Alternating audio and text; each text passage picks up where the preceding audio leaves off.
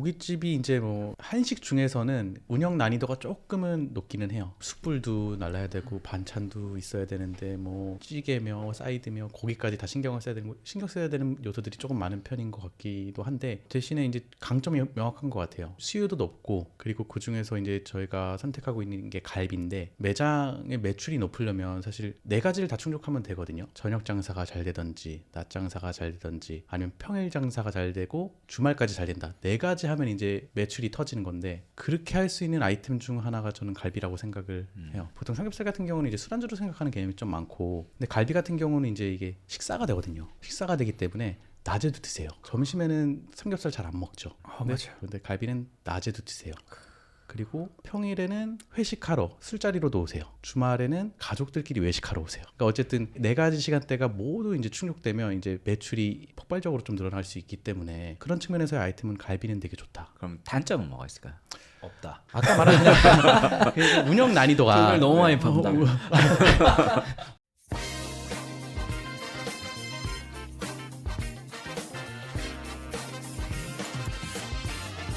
대한민국 사장님들 안녕하세요. 15년째 사업하고 있는 공지원입니다. 대퇴사 시대 대기업 직원들도 예외는 아닌데요. 그래서 오늘은 대기업 퇴사자 출신 사장님들을 모시고 이야기해 보려고 합니다. 저를 도와줄 보조호스트 윤희원 대표님, 그리고 게스트 박명수 대표님, 최종원 대표님 모셨습니다. 반갑습니다. 맞습니다.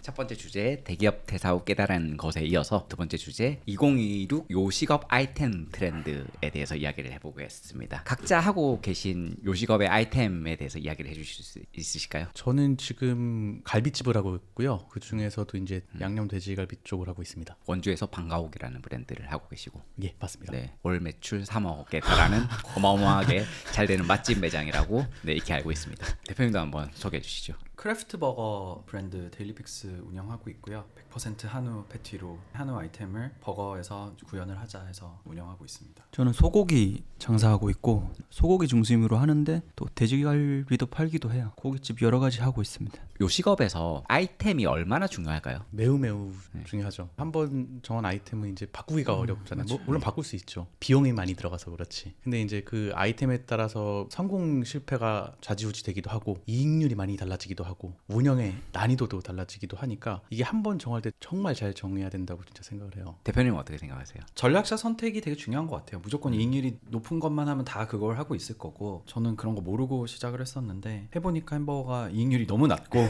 노동도 많이 들어가고 네. 사람들 기대치도 높고 이래서 되게 힘든 아이템은 맞는 것 같아요. 대표님 어떠세요? 저도 비슷한 이야기인데 이런 말이 있거든요. 태어날 때부터 매출이 정해져 있다.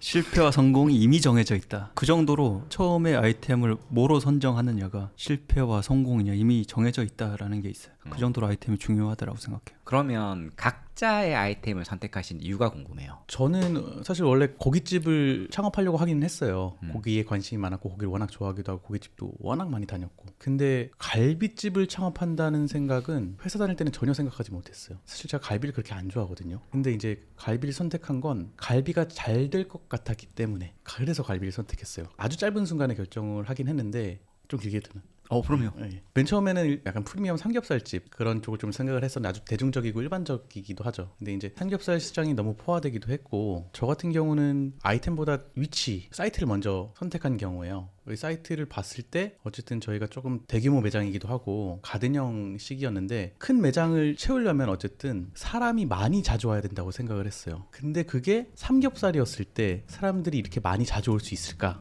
라는 생각을 했고 이렇게 많이 자주 오려면 대중성이 있고 호불호가 없고 질리지 않아야 된다 이런 생각을 했는데 그 아이템이 이제 갈비였어요. 그래서 이제 갈비로 선택을 했습니다. 말씀 중에 답이 나온 것 같기도 한데 대표님이 생각하셨을 때 아이템을 선택할 때 가장 중요한 건 뭐가 있을까요? 일단은 대중적이어야 하고 여러 사람이 같이 모였을 때 싫어하는 사람들이 많이 없어야 돼요. 한 사람이 특히 좋아하는 것보다 여러 사람이 다 골고루 좋아하고 싫어하지 않아야 된다. 이게 좀 중요한 것 같고 자주 먹을 수 있어야 돼요. 사실 특별한 음식 같은 경우 저희 1년에 몇 번 안 먹잖아요. 익숙한 것들을 자주 먹는데 그래야지 어쨌든 매장에 손님들이 많아지는 거거든요. 그리고 유행을 안 타고 지속성이 있어야 된다. 그래야지 오래가는 가게가 될 수 있기 때문에 그게 조금 중요한 것 같습니다. 대표님은 아이템을 선택할 때 가장 중요한 건 뭐라고 생각하세요? 생각하세요? 방가욱 대표님하고 똑같은데 제가 고깃집 처음 한 게 아니잖아요. 그 전에 횟집 했고 수제버거집 했고 그다음 고깃집 했거든요. 횟집 할 때 느꼈던 게 아까 말씀하셨던 거 정확해요. 예를 들어 4명에서 어디 뭐 먹으러 가자 했을 때 누군가가 야 오늘 저기 횟집 있던데 횟집 갈래 하면 4명 중에 1명은 회를 못 먹어요. 나 해산물 못 먹는다. 그게 되게 중요한 포인트예요. 대중적인 거. 4명 중에 4명 다 먹을 수 있는 거. 일주일에 한 번씩 먹을 수 있는 거. 그래서 횟집 해보니까 조금 더 대중적인 거 해야겠다. 1년 내내 먹을 수 있는 거. 남녀노소 누구나 먹을 수 있는 아이템으로 해야겠다라고 해서 저도 고깃집으로 간 케이스거든요. 대중적인 거, 수요 있는 거 하는 게 되게 중요하다라고 생각해요. 두 대표님은 고깃집을 운영하고 계시고 햄버거 브랜드를 하고 계시니까 질문을 제일 마지막으로 아껴뒀어요. 아, 네. 햄버거를 선택한 이유가 정말 궁금합니다. 필살기예요. 필살기는 아니고 저는 직장 생활할 때 글로벌 마케팅실이라는 데 있어서 정말 출장을 많이 다녔어요. 근데 가서 바쁘니까 무의식 중에 뭐 먹을 거 없나 하면서 늘 먹었던 게 그 로컬 햄버거였더라고요. 저는 사실 몰랐습니다. 이걸 제가 알게 된 계기가 데일리 픽스를 오픈하고 현장에 이제 상주를 하고 있을 때 어떤 분이 이제 카운터로 오셔서 사장님이시죠? 하는 거예요. 그래서 제가 네 어떻게 도와드릴까요? 했더니 그분께서 제 인스타그램을 10년이 넘게 팔로우를 하셨는데 언젠가 햄버거 가게를 차릴 줄 알았다는 거예요. 그러니까 그만큼 제가 햄버거 사진을 많이 올렸대요. 근데 저는 모르고 있던 거예요. 그만큼 그거를. 좋아하셨구나. 그러니까 내가 모르고 남이 오히려 더 객관적으로 그걸 보고 있었고 그날도 이제 뭐 마감하고 뭐 새벽에 집에 가는 길에 보니까 정말 제가 햄버거 사진이 너무너무 많더라고요. 각 도시에서 올린. 그래서 그분은 어쨌든 이렇게 햄버거 좋아하는 사람이 햄버거를 만들면 맛있겠지 하면서 이제 와주셨던 거였고 그렇게 해서 시작을 하게 됐던 것 같아요. 그러니까 저도 제 동업자랑도 그런 끌림이 있던 거죠. 무의식 중에 내가 너무 좋아했고 혼자 할 용기는 없었고 같이 할 기회가 있었고 해서 시작을 했던 것 같고 저도 비슷해요. 사실은 국밥집도 되게 하고 싶었는데 사업으로 생각을 하면 햄버거는 젊은 사람들이나 외국 사람들이 봤을 때 거의 국밥 같은 거잖아요. 그리고 뭐 우리는 패스트푸드라는 인식을 또 갖고 있는 세대도 있지만 요즘 젊은 세대는 되게 완전 식품이라고 또 생각하는 경향도 있거든요. 그런 면에서 좀 대중적으로 저도 햄버거라는 아이템이 괜찮겠다라고 순진하게 생각하고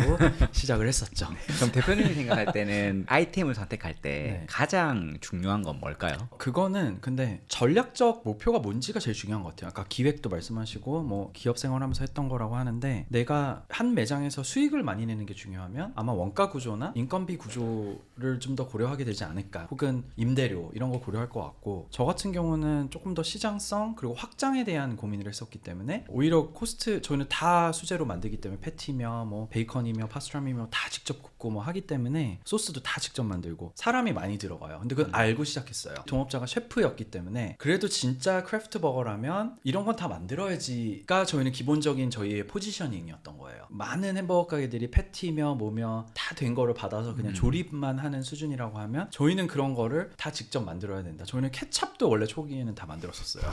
근데 케찹까지 하니까 너무 힘들어하니까 현장이 케찹은 타협을 했습니다. 저희가 케찹만 몇십 년 동안 연구한 회사가 더 잘한다 인정. 그래서 케찹은 기성으로 바꿨고 나머지는 아직도 소스는 저희가 다 직접 만들고 있습니다. 그런 좀 전략적인 목표가 뭐냐에 따라 아이템이며 운영하는 방식이며 이런 것들이 달라지는 것 같아서 그거가 진짜 중요할 것 같아요. 대표님 같은 경우는 어쨌든 지금 고깃집뿐만이 아니라 버거집도 해보셨고 또 횟집도 해보셨고 여러 이제 아이템들을 이렇게 다뤄보셨잖아요. 그러면 창업자가 아이템을 선택할 때 가장 흔하게 범하는 실수? 이런 게 있을까요? 아까 방가욱 대표님 말씀하신 거 반대로 얘기하면 창업자가 자기가 하고 싶은 거 그러니까 내가 좋아해서 성공은 하셨지만 너무 매니악스러운 것들이 있잖아요. 나만 좋아하는 거 수요자를 생각하지 않고 대중적이지 않은데 나만 좋아하는 거 또는 메뉴나 아이템뿐만 아니라 예를 들어 뭐 분위기라든지 뭐 인테리어 이런 것들도 그냥 내가 좋아하는 거를 하면 안 된다라고 생각.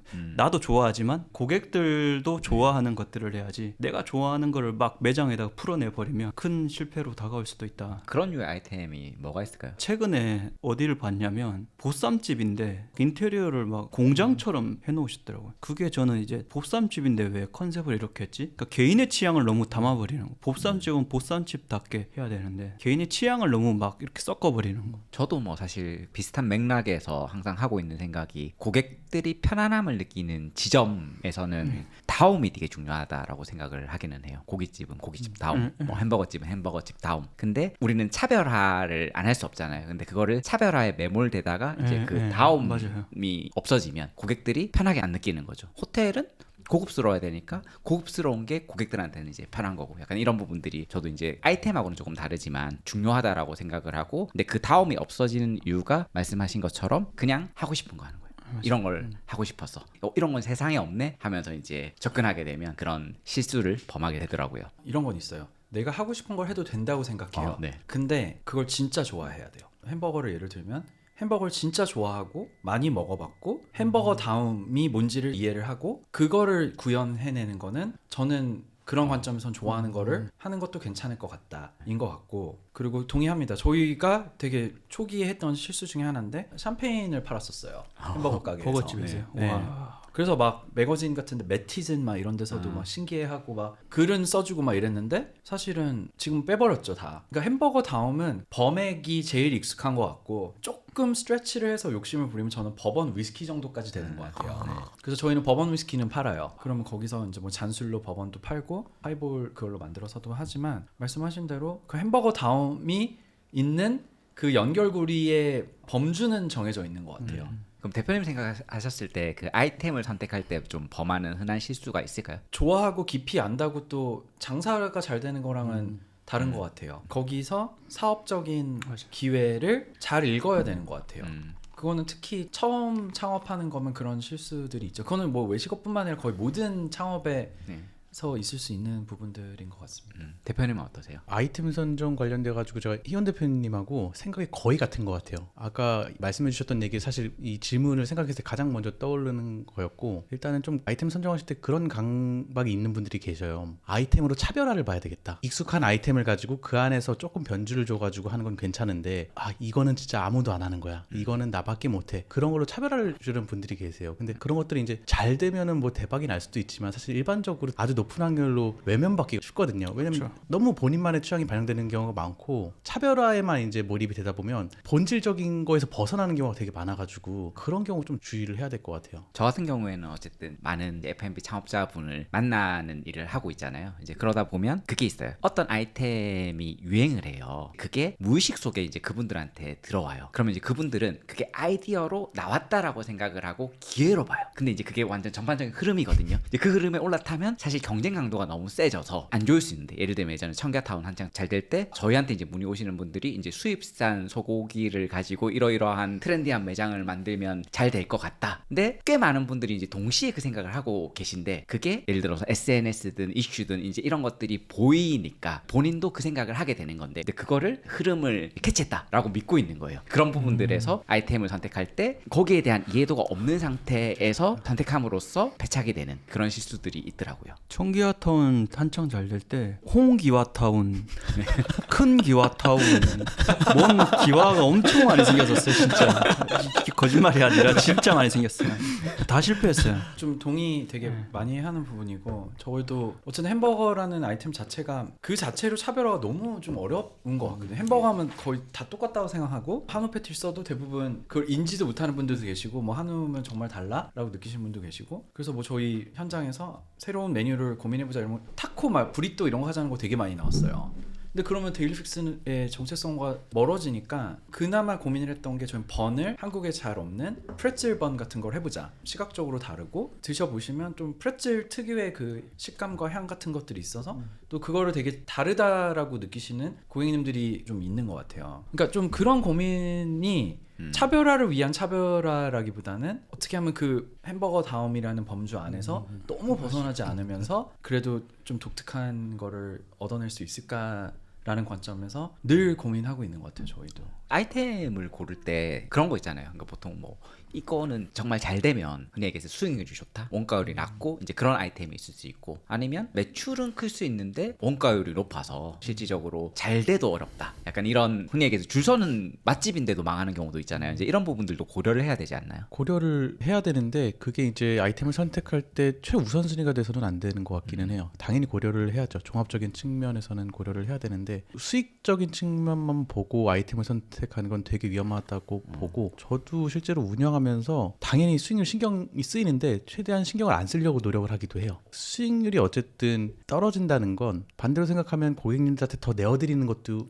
있거든요. 인건비 측면에서 내가 인건비를 더 써서 서비스 질이 올라간다던가 재료를 많이 써서 음식의 질이 올라간다던가 그런 측면이 있기 때문에 수익적인 측면은 최대한 조금 멀리서 보려고 노력을 하는 편이기는 해요. 대표님 어떠세요? 비슷한 생각이에요. 외식업 하시는 사장님들 두 갈래로 나누면 제가 봤을 때 이렇거든요. 매출파, 이익파가 있거든요. 근데 저는 매출파예요. 무조건 매출을 올려야 된다. 기본적인 이익 구조는 만들어 놓되 너무 비용에 대해서 이렇게 바운더리를 주지 말고 매출을 무조건 올려야 된다는 생각하는데, 근데 반대로 제가 알기로는 대다수의 사람들은 비용에 대해서 많이 집착을 하거든요. 이익은 무조건 이 정도는 남아야 돼. 이익 남길 수 없으면 장사하면 안 돼. 근데 저는 되게 매출에 중심을 두는 스타일이에요. 근데 오히려 프랜차이즈처럼 초보 창업자들이 선택을 할 때는 매출에 많이 현혹되지 않나요? 그렇죠. 그러면 그분들은 이익이 얼마 남았다 보다는 오히려 매출이 크면 좋구나라고 생각하시는 거 아닌가요? 아니요, 오히려 프랜차이즈는 제가 아까 그렇죠 했는데 그렇죠가 아니라 프랜차이즈 하시는 분들은 오히려 이익을 많이 봐요. 1,000만 원 남겼네, 2,000만 원 남겼네, 뭐 이익률 30%네, 여기에 많이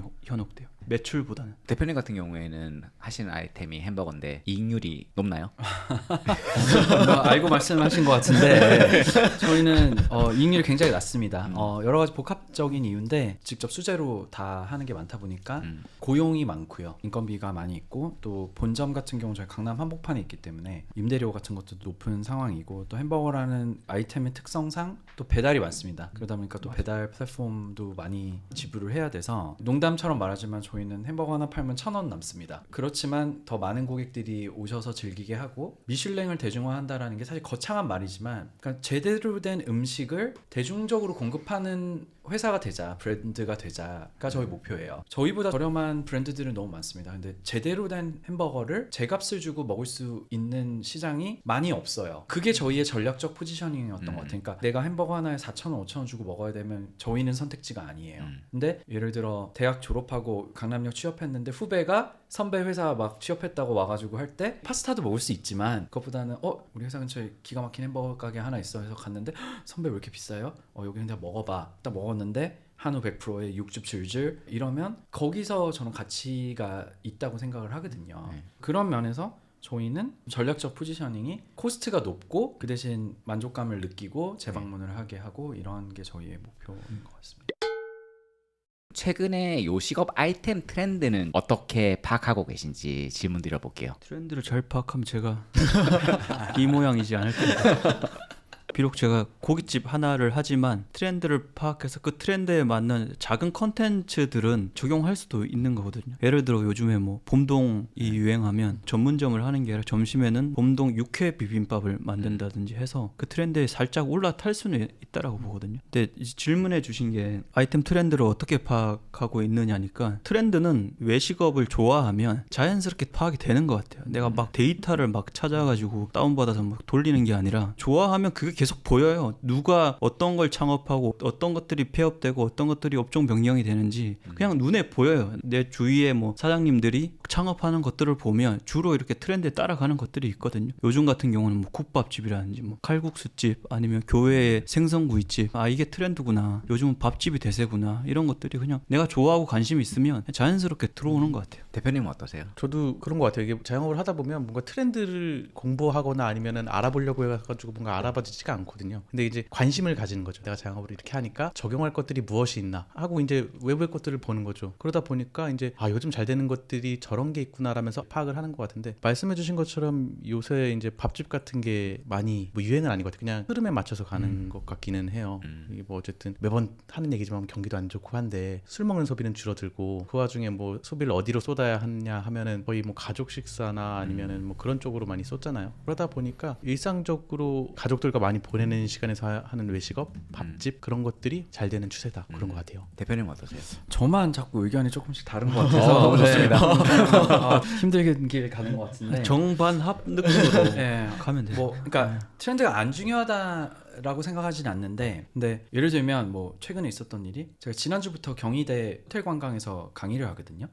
근데 역시. 엊그저께 강의 중에 했던 얘기가 이런 트렌디한 아이템의 이야기였어요. 최근에 뭐 두쫑쿠도 있고 요화정도 있었고 탕후루도 있었고, 저는 몰랐는데 녹차 모찌가 또 뭐 유행했었다 그러더라고요. 학생들 사이에서 유행했나 봐요. 그런 의견들 막 내더라고요. 그런 걸 통해서 순간적인 스파이크가 나는 매출들을 만들어낼 수 있을 것 같은데, 자영업을 물론 뭐 이것도 전략이며 노선 따라 다른데, 저는 20년 30년 할 생각으로 이걸 시작을 했는데, 내가 그 순간순간 그런 유행들을 다 하기는 에너지와 시간이 너무 유한하다고 생각해요. 오히려 내가 더 길게 오랫동안 클래식하게 오래 갈 수 있는 것들이 뭘까를 저는 고민을 많이 하는 편이고, 그런 면에서 너무 모르면 메타인지가 안 돼서 창의성이라 하는 게 창의적이 아닐 수 있죠. 적당히 돌아가는 건 알면서 객관적인 판단을 해야죠. 햄버거 하는데 두쫑쿠를 판다? 저는 되게 전문적인 이미지가 떨어질 거라고 느끼거든요. 네. 돈은 벌 수 있겠죠. 네. 당장에 두쫑쿠 여기서도 파네, 한번 먹어볼까 할 수 있지만 장기적으로 여기는 유행한다고 하는 거는 네. 다 하고 정체성이 모호한데 뭐 돈독이 올랐나 이런 생각을 할 수도 있겠다는 생각이 들어서 네. 저는 조금 우리 노선을 어느 정도는 잡아두고 뭐 가는 거죠. 사실 말씀하실 때 두쫑쿠 버거를 생각을 해보신 적이 있으신지를 질문 드리려고 저는 했는데 뭐 두쫑쿠는 아예 네. 생각도 안 해봤습니다. 저는 두바이 쫀득 갈비도 생각했어요. 그러니까 저 노선이 다른 거예요. 저는 두바이 대표님하고 쫀득 저는. 육회.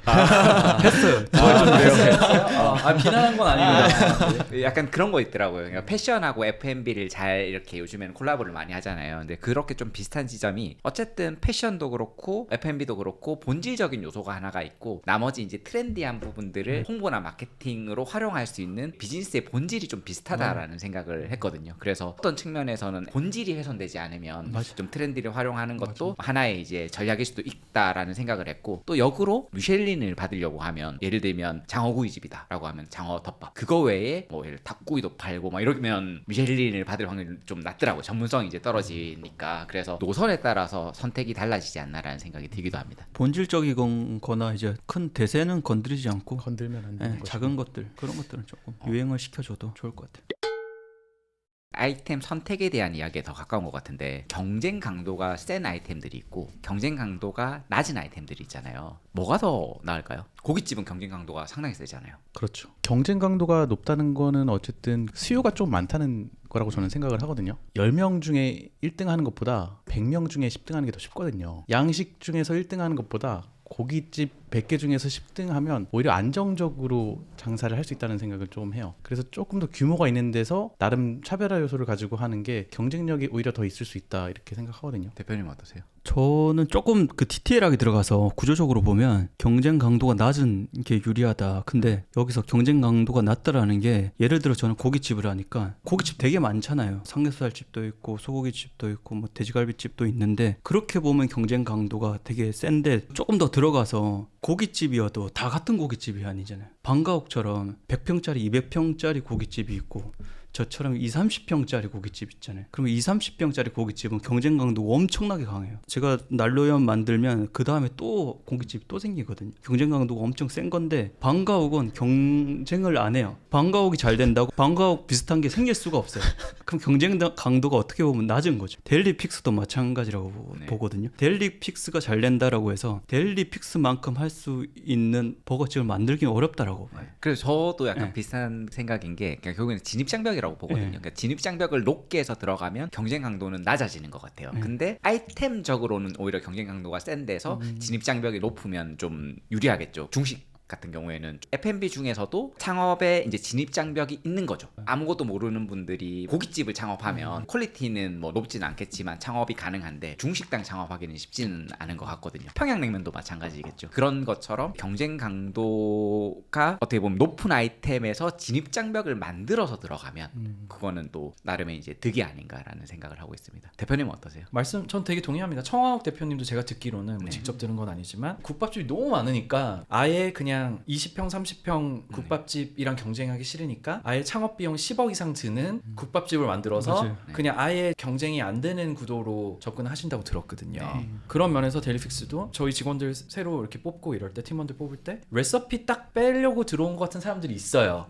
근데 저는 그냥 알려주라 그랬어요. 막 직원들이 네. 와서 대표님 저 친구 뭐 좀 이런 것 같아요. 그래서 다 알려줘. 그리고 꼭 나가서 창업하라 그래. 왜냐하면 그렇게 창업하면 보통 15평짜리 맞아요, 창업을 맞아요, 하니까 어차피 저희랑은 경쟁이 아니에요. 경쟁이 안 돼요. 그리고 사실 되게 고생해요. 그러면 오늘 아이템에 대한 이야기를 하고 있으니까 대표적인 아이템을 하나하나 살펴보면서 이야기를 해보면 좋을 것 같아요. 일단 고깃집을 운영을 하고 계신데 저희가 이야기하는 와중에 좀 언급이 되긴 했지만 장단점을 어떻게 파악하고 있으신가요? 고깃집이 이제 뭐 한식 중에서는 운영 난이도가 조금은 높기는 해요. 숯불도 날라야 되고 반찬도 있어야 되는데 뭐 찌개며 사이드며 고기까지 다 신경 써야 되는 요소들이 조금 많은 편인 것 같기도 한데 대신에 이제 강점이 명확한 것 같아요. 수요도 높고 그리고 그 중에서 이제 저희가 선택하고 있는 게 갈비인데 매장의 매출이 높으려면 사실 네 가지를 다 충족하면 되거든요. 저녁 장사가 잘 되든지 낮 장사가 잘 되든지 아니면 평일 장사가 잘 되고 주말까지 잘 된다. 네 가지 하면 이제 매출이 터지는 건데 그렇게 할 수 있는 아이템 중 하나가 저는 갈비라고 생각을 해요. 보통 삼겹살 같은 경우는 이제 술안주로 생각하는 개념이 좀 많고 근데 갈비 같은 경우는 이제 이게 식사가 되거든요. 식사가 되기 때문에 낮에도 드세요. 점심에는 삼겹살 잘 안 먹죠. 맞아요. 근데 갈비는 낮에도 드세요. 그리고 평일에는 회식하러 술자리로도 오세요. 주말에는 가족들끼리 외식하러 오세요. 그러니까 어쨌든 네 가지 시간대가 모두 이제 충족되면 이제 매출이 폭발적으로 좀 늘어날 수 있기 때문에 그런 측면에서의 아이템은 갈비는 되게 좋다. 그럼 단점은 뭐가 있을까요? 없다. 아까 말한 그냥 운영 난이도가 돈을 너무 많이 번다.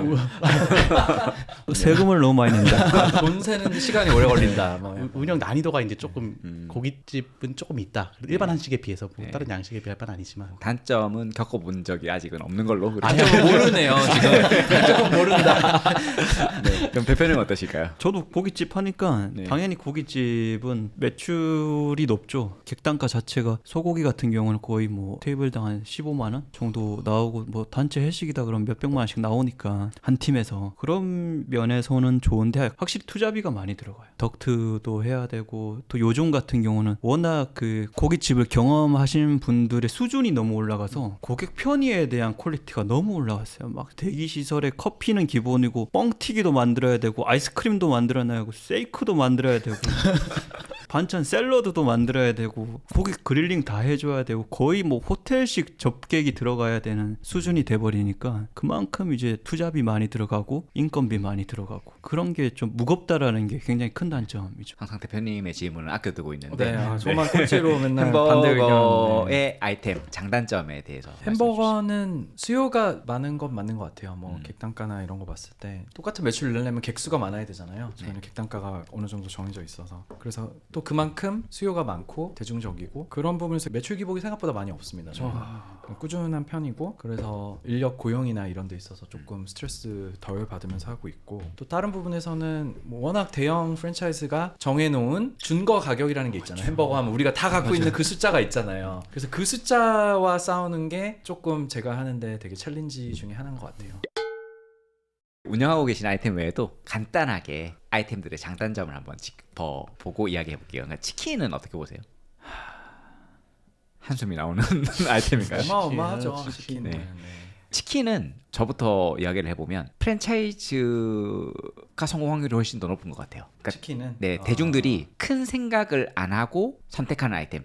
스페셜티 커피를 마신다라고 하면 프랜차이즈가 아니라 개별 개성이 있는 매장들을 가겠지만 2,000원짜리 그냥 아이스 아메리카노 먹을 거야라고 하면 메가커피가 보이면 메가커피에 갈 확률이 훨씬 높다라고 생각을 하거든요. 치킨도 가볍게 먹는 게 익숙한 아이템이어서 프랜차이즈를 이길 수 있을까라는 사실 생각을 해요. 저도 치킨은 버거처럼 중고 가격이 너무 심해요. 그 치킨 프랜차이즈들 가격 조금만 올린다 그래도 전 국민이 막 부정적으로 막 뭐 배신이다 뭐 그럴 수 있냐 그러잖아요. 근데 원가가 올라가니까 올리는 건데 마치 뭐 담배값 올리거나 뭐 밥값 올리는 것처럼 되게 그런 시선들이 이거 중고 가격 뛰어넘기가 너무 힘들다. 이 치킨이라는 아이템은 그렇죠. 2만 원 이상만 넘어가도 불신에 대한 게 너무 커서 이거 어렵다. 저는 그렇게 생각해요. 저는 또 조금 다른 관점.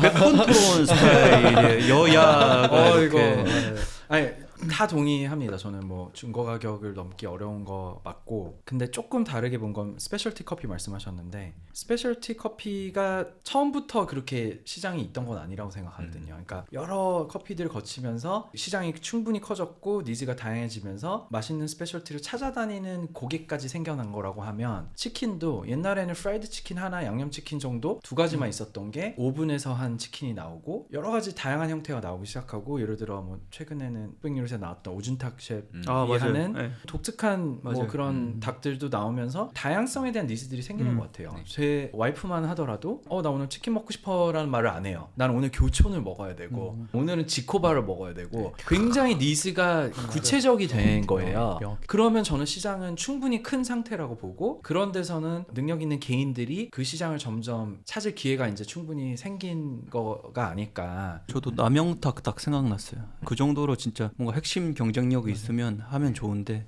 평범한 치킨은 너무 어려울 것 같아요. 치킨이라는 분야가 이미 너무 많이 성장을 해 있기 때문에 차별화 요소를 가져가기가 너무 힘들잖아요. 말씀 주신 뭐 오준탁 셰프님 같은 경우가 아니라면 일반적인 그냥 저희 같은 자영업자들이 차렸을 때 뭔가 차별을 줘서 내가 돋보인다, 그리고 내가 프랜차이즈를 이긴다라는 게 너무 어려울 것 같아요. 모든 아이템이 그렇지 않아요? 사실 어떻게 보면 결국 차별화를 해야 되고, 그걸로 생존을 못할 것 같은 프랜차이즈를 하는 거고, 그걸로 차별화할 수 있으면 자기 브랜드를 내는 거고, 아닌가요? 제가 말한 거는 이제 그런 것 같아요. 그러니까 예를 들면 고깃집으로 치자면, 고깃집은 조금 더 차별화할 수 있는 요소가 많죠. 서비스라든지 규모라든지 메뉴에서도 조금 많고 한데, 치킨이라는 거는 사실은 좀 되게 한정져 있잖아요. 배달을 많이 시켜 먹고 사이드 반찬류가 나오는 것도 아니고 서비스를 많이 기대하는 것도 아니고, 그러다 보니까 뭔가 차별화할 수 있는 요소들이 다른 거에 비해서 조금 적지 않나. 네. 치킨 진짜 어려워요. 이런 거 생기잖아요. 60개 치킨. 치킨을 강조하는 게 아니라 이제 맞아요. 기름이나 위생, 또 로봇 치킨. 로봇가 많아요. 인건비를 강조하는 거죠. 거의 뭐 끝장까지 계속 가는 거죠. 그러면 이제 카페에 대해서 한번 이야기를 해봅시다. 커피. 또 카페도. 카페. 제 개인적인 생각 얘기하면 카페는 감각의 영역이라고 보거든요. 정말 감각 좋은 대표나 사장님께서 하셔야 되는 게 저는 카페. 그 정도로 어렵다. 이거는 거의 뭐 예술적인 분야 같아요, 저는. 그런데 그런 역량을 가지시지 않으신 분들이 카페를 단순하게 물량으로 하시는 분들은 깊이 있게 고민하셔야 된다라고 생각해요. 대표님 어떠세요? 카페 어렵죠. 말씀하신 것처럼 사실 커피라는 걸 사람들이 맛이나 이런 거 보고 찾아가지 않잖아요. 그러다 보니까 인테리어나 감각적인 요소 이런 것들 아니면 저가 커피. 근데 이런 걸 찾아가는데 그런 거는 모방이 쉽잖아요. 옆에 너무 쉽게 생겨나기도 맞아요. 하고, 내가 아무리 이 위치에서 장사를 잘하고 매출이 높아도 언제 어떤 위협이 바로 옆에 바로 옆에 네. 커피 저가 바로. 커피 3개가 붙어 있는 데도 있어요. 그냥 뭐 저거 나눠 먹으면 되겠다라는 식으로 차릴 수도 있는 거니까 너무 어려운 시장 아니니까. 대표님 어떻게 생각하세요? 뭐 저는 약간 저가 커피가 아닌 커피는 준사치품인 것 같거든요.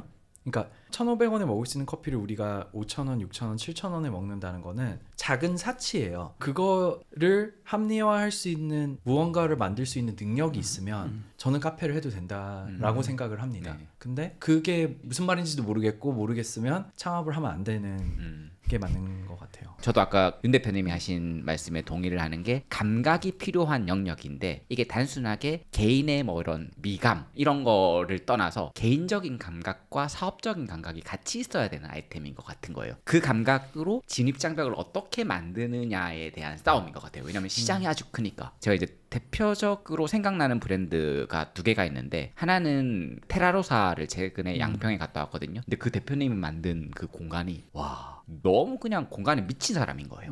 직접 건축 설계를 해서 이제 그 공간을 만들어낸 거고, 아마 공간과 건축처럼 커피도 이제 그렇게 접근을 하셨을 거고, 지금이야 조금 테라로사가 약간 범대중화가 되기 위해서 브랜드가 전개되고 있지만, 초창기에 테라로사가 만들어내는 감각은 어마무지한 진입장벽을 세웠다라는 생각이 들거든요. 이제 그런 부분들이 하나가 있고, 저희가 이제 최근에 카페 공명이라는 브랜드를 막오게 했어요. 정말 사람이 바글바글해요. 옆에 커피빈이 있고 스타벅스가 있는데도 그냥 계속 만석이에요. 근데 이제 거기 같은 경우에는 출판사를 운영하시는 대표님이고 카페를 다 규모 있게만 운영하세요. 그 규모의 경제에서 진입장벽을 만들어 둔 것 하나와, 거기 가면 책이 마치 외국에 있는 도서관 같은 그런 분위기들을 만들어낸 거죠. 근데 그게 일반 개인 창업주가 못해요. 마케팅적인 방법, 사업적인 감각, 이제 이런 것들이 이미 갖춰진 상태에서 진입을 하면 할만하다. 근데 이제 그렇게 경쟁력을 만들지 못하면 정말 어려운 시장 같다. 그런 거 잘하시는 분이 그 카멜 커피 아시죠? 저는 알지만 그분은 저를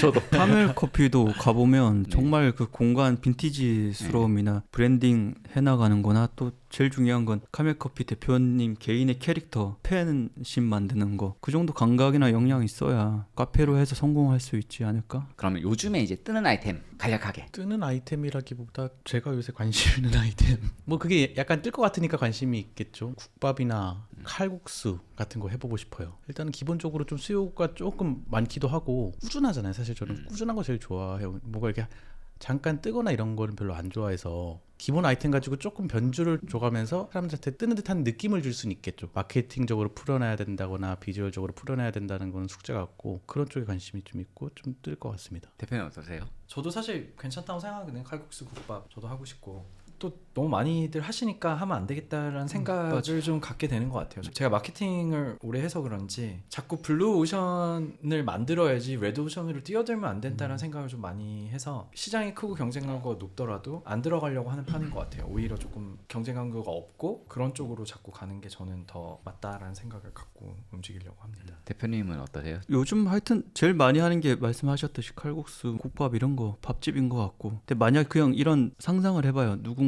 나한테 한 5억 준다라고 했을 때 내가 뭐 할까? 저는 만두집을 하고 싶어요. 왜요? 그런 아이템은 좋은 것 같아요. 뭔가 정성스럽고 건강과 관련된 아이템들 그런 아이템이 옥동식도 그렇고 그런 아이템 조금씩 건강을 찾는 아이템들이 뜨고 있는 것 같은데 제가 만두를 좋아한다기보다는 만두가 가진 게 점심 뭐 만두 칼국수 같은 것도 만들 수 있고 저녁에는 뭐 만두 전골도 만들 수 있고 포장이나 배달도 할 수 있고 그렇게 봤을 때 아 만두 되게 괜찮을 것 같아서 만두집 한번 해보고 싶어요. 제가 이 연결되는 아이디어가 하나 있는데 요 팟캐스트 끝나고 나면 한번 말씀드려볼게요. 그거는 따로 영상 꼭 같이 얘기해요. 그거는 돈 유료 광고로 유료 영상으로 다시 아이템을 선택할 수 있다면 햄버거 하실 건가요? 되게 어려운 질문인데 네. 할 것 같아요. 할 것 같고 누구나 시작은 할 수 있는데 누구나 유지하기는 어려운 아이템인 것 같아서 햄버거가 그런 면에서 약간의 진입장벽이 좀 있고 좋은 아이템이라고 생각합니다. 네. 근데 규모가 있게 할 것 같아요. 처음부터.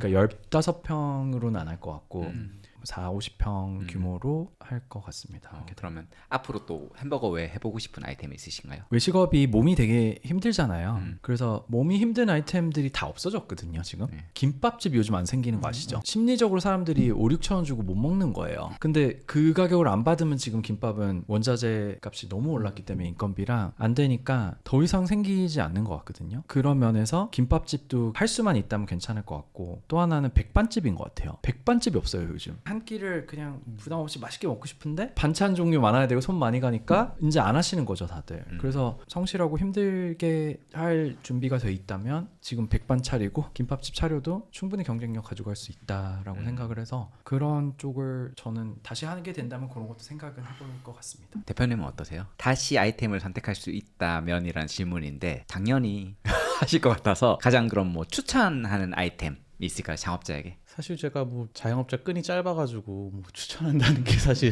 좀 어려운 일인 것 같아요. 제가 좀 감히 뭐 많은 자영업자 분들께 이런 추천은 조금 어렵고 갈비 괜찮습니다.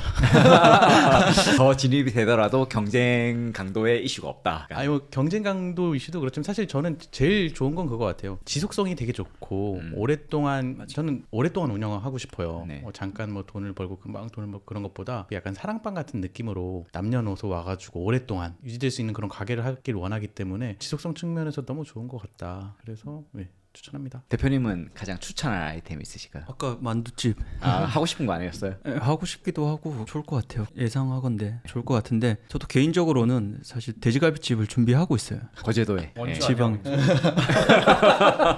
지방에 조그만하게 지금 공사 들어갔는데 네. 준비하고 있고 그러니까 다시 뭔가를 하게 되면 그러니까 난로연 하기 전에 다시 하게 되면 크게 할 것 같아요. 결국 규모감 있게 크게 하는 게 그게 경쟁력인 것 같아요. 고깃집은. 준비된 모든 질문을 다 해봤고요. 끝으로 소감 한 말씀씩 부탁드리겠습니다. 갑자기 이 말을 하니까 좀 무슨 준비를 안 해놔서 네, 별로였나요? 아니 너무 사실 처음에 좀 긴장 좀 하고 이런 경험이 처음이다 보니까 어떤 말을 해야 될지 잘 모르겠었는데 하다 보니까 재밌어진 것 같아요. 좀 재밌네요. 이렇게 이런 얘기를 할 기회가 없는데 평소에 못하던 얘기를 하니까 좀 재밌었던 것 같아요. 대표님 어떠세요? 저도 처음인데 편안하게 해주셔서 뭐 되게 재밌게 할 수 있었던 것 같고 시간이 지나고 봤을 때 했던 말들이 과연 어떻게 돌아가고 있을지 한번 궁금해서 나중에 또 한번 찾아보는 비디오로 남을 것 같아서 귀한 경험하게 된 것 같습니다. 네, 아무튼 와주셔서 저는 감사드리고 왜 질문 안 대표님은 매번 참석하시니까 어떻게 보면 처음으로 대표님 지인분들을 모시고 이렇게 같이 이야기를 해봤는데 소감 한 말씀 부탁드립니다. 소감은 아니고 오늘은 퇴사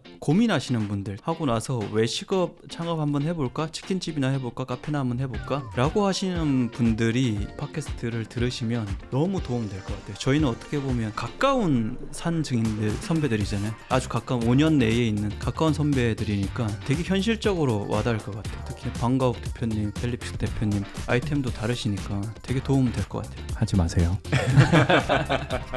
아무튼 나와주셔서 감사드리고 너무 즐거운 시간이었습니다. 감사합니다. 감사합니다. 감사합니다. 고생하셨습니다. 고생하셨습니다. 수고하셨습니다.